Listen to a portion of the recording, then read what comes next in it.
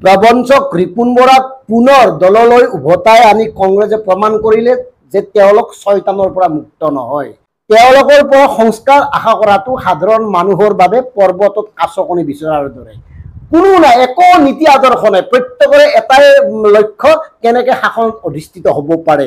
এতিয়া চাওক, অনাগত সময়ত যদি ডক্টৰ হিমন্ত বিশ্ব শৰ্মা বা পীযুষ হাজৰিকা, জয়ন্ত মল্লবৰুৱা, দিগন্ত কলিতা তেওঁলোকক কংগ্ৰেছলৈ আহিব খোজে, তেওঁলোককো বৰ ধুনীয়াকৈ গামোচা পিন্ধাই জাপি শৰাই দি আদৰি আনিব। এয়াই হ'ল কংগ্ৰেছৰ আচল পৰিচয়।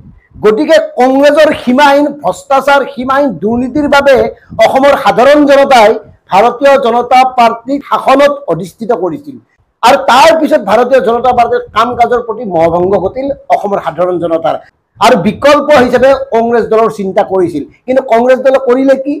গৌৰৱ গগৈয়ে যি প্ৰয়াস, যি চেষ্টা, যি সততাৰে দলটোক সংস্কাৰ দিবলৈ প্ৰয়াস কৰি আছিল, সেই সংস্কাৰক একেদিনাই ঘোলা কৰি পেলালে কংগ্ৰেছৰ এই পুৰণা বদমাছ কেইটাই, মানে ভূপেন বৰাহঁতে। এতিয়া অসমৰ সাধাৰণ জনতাক কংগ্ৰেছে জনাব লাগে, ৰিপুণ বৰাক কিয় পুনৰ কংগ্ৰেছলৈ আদৰণি জনোৱা হ'ল।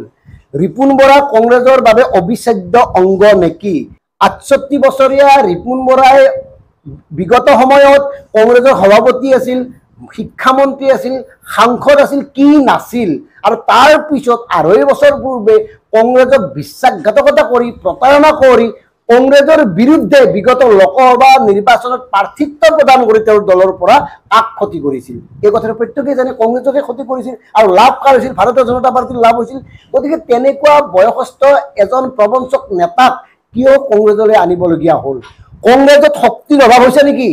কংগ্ৰেছত নতুন প্ৰজন্মৰ কোনো লোক নাই নেকি? কংগ্ৰেছে নতুনক বাট এৰি দিব নোখোজে নেকি? কিয় একেইকেইটা মানুহ, সেই একেইকেইটা মানুহ? আৰু ভূপেন বৰাৰ ধোৱা তুলসীৰ পাত নহয়। ভূপেন বৰাৰ অতীত সম্পৰ্কে আমি ইতিমধ্যে স্পষ্ট কৰি দিছোঁ। ভূপেন বৰাৰ অতীতটো চূড়ান্ত সুবিধাবাদীৰ অতীত। ভূপেন বৰাৰ অতীতটো সততাৰ অতীত নহয়। গতিকে এই ভূপেন বৰাৰ নেতৃত্বত অসমৰ সাধাৰণ জনতাই সাংঘাতিক কিবা এটা বিচাৰি লাভ নাই। এইকাৰণে লাভ নাই, প্ৰত্যেকেই একে ঘাটৰ মাছ, প্ৰত্যেকৰে ৰাজনৈতিক চৰিত্ৰ, প্ৰত্যেকৰে ৰাজনৈতিক ধৰ্ম একেটাই, প্ৰত্যেকৰে লক্ষ্য এটাই, কেনেকৈ শাসনত অধিষ্ঠিত হৈ থাকিব পাৰে, কেনেকৈ সৌৱে বাৱে নামে বেনামে অগাধ সম্পত্তি অৰ্জন কৰিব পাৰে, কেনেকৈ নিজৰ পত্নী, নিজৰ পুত্ৰ, নিজৰ আত্মীয় কুটুম্বৰ নামত লাখ লাখ টকা ইনকাম কৰিব পাৰে। সেয়াই, তাত বাহিৰে কি? জাতিৰ প্ৰতি, ভাষাৰ প্ৰতি, মাটিৰ প্ৰতি, অসমৰ সাধাৰণ জনতাৰ প্ৰতি কাৰ দায়বদ্ধতা আছে কওক? আৰু এইটো দলে যাৰ দিনত অসম আন্দোলনৰ সময়ত ৮৫৫ জন নিৰীহ যুৱকে প্ৰাণ আহুতি দিছিল, আৰু সেই কংগ্ৰেছ দলে কি কৰিছিল অসম আন্দোলনৰ কাৰণে? কংগ্ৰেছ দলে কি কৰিলে অসম চুক্তিৰ কাৰণে?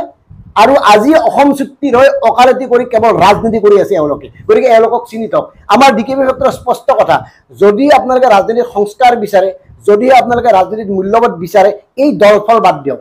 এই দলৰ কথা গুৰুত্বই নিদিব, ব্যক্তি চাওক, ব্যক্তিক গুৰুত্ব দিয়ক, ব্যক্তিক সমৰ্থন জনাওক। আৰু ব্যক্তিৰ মাজতে কেনেকুৱা কণ্ডিশ্যন এটা হয়, মানে বেছি বেয়া কম বেয়া, আমি সেইটো চাবলগীয়া হয়। আৰু দুখ লগা কথা এইটোৱে যে গৌৰৱ গগৈ যি বিশ্বাস আৰু আস্থা স্থাপন কৰিবলৈ সক্ষম হৈছিল, নতুন প্ৰজন্মই গৌৰৱ গগৈক আদৰি লৈছিল। গৌৰৱ গগৈৰ দৰে নতুন প্ৰজন্মৰ যুৱকসকলেহে কংগ্ৰেছ দলটোক সংস্কাৰ দিব পাৰে, কংগ্ৰেছ দলটোক আগবঢ়াই নিব পাৰে, বা অসম আৰু অসমীয়াৰ বাবে তেওঁলোকে নতুনকৈ চিন্তা কৰিব পাৰে। কিন্তু এতিয়া এওঁলোকে কি কৰিছে? একেটাই কামেই কৰি আছে। সেইকাৰণে আমি সুধিছোঁ, ৰিপুণ বৰা নহ'লে কংগ্ৰেছে বিজেপিক মানে প্ৰতিহত কৰিব নোৱাৰে নেকি? এই কথাবোৰ আপোনালোকে আমাক স্পষ্ট কৰিব লাগিব, অসমৰ সাধাৰণ জনতাক স্পষ্ট কৰিব লাগিব।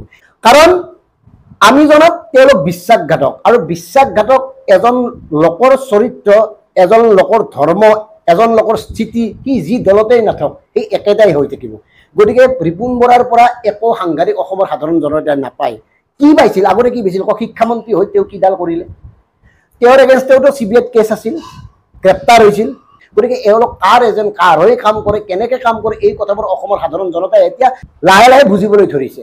গতিকে অসমৰ সাধাৰণ জনতাক আৰু ফাঁকি দিব নোৱাৰে, অসমৰ সাধাৰণ জনতাক আৰু মূৰ্খ সজাব নোৱাৰে। কাৰণ কংগ্ৰেছৰ হৈ একে, বিজেপিৰ হৈ সেই একে, সাধাৰণ জনতাৰ লগত কোনো নাই, কেৱল সাধাৰণ জনতাক লৈ এওঁলোকে নিকৃষ্ট ৰাজনীতি কৰে।